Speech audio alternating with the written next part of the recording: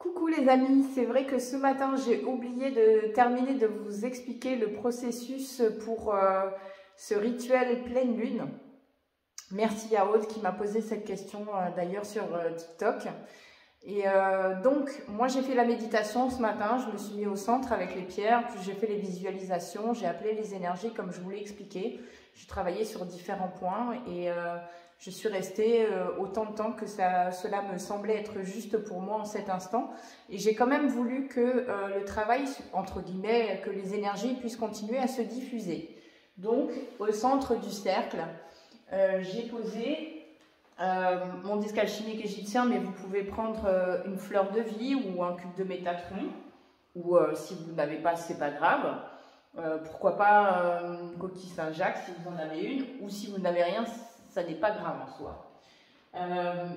J'ai posé donc sur mon disque alchimique égyptien un papier avec écrit en noir mon nom, prénom et date de naissance que j'ai posé au centre et j'ai posé mes pierres dessus. Donc ma pierre de lune, ma cornaline et mon cristal de roche.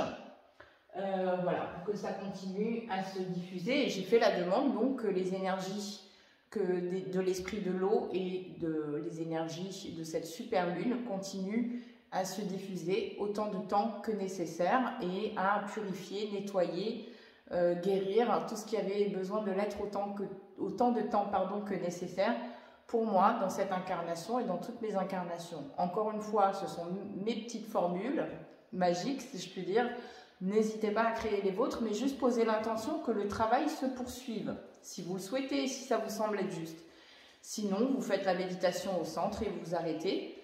Vous remerciez, une fois le travail fait, on remercie pour les énergies reçues. Ça, que vous méditiez au centre ou que vous poursuiviez le travail. Moi, je vais laisser jusqu'à demain matin. Et demain matin, je remercierai donc l'esprit de l'eau, l'esprit aussi de la pleine lune, pour les énergies transmises, pour l'esprit aussi du sel sacré. Et voilà. Et je remercie donc pour les énergies reçues. Et les verres d'eau avec le sel, vous ne le buvez pas. C'était la question de Aude. Donc non, on ne boit pas l'eau. C'est une eau qui, au contraire, comme il y a le gros sel dedans, va plutôt purifier, rentrer en résonance avec les eaux du corps et puis décristalliser, purifier, etc.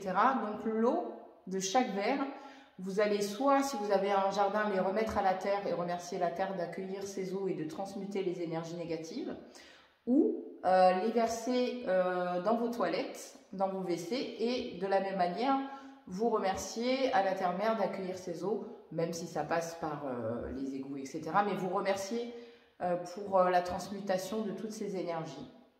Et vous tirez la chasse.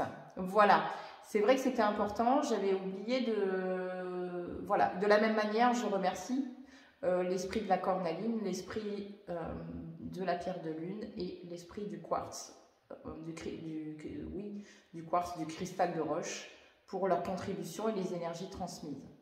Voilà, je vous souhaite un bon rituel pour cette super lune et une belle soirée et je vous dis à bientôt.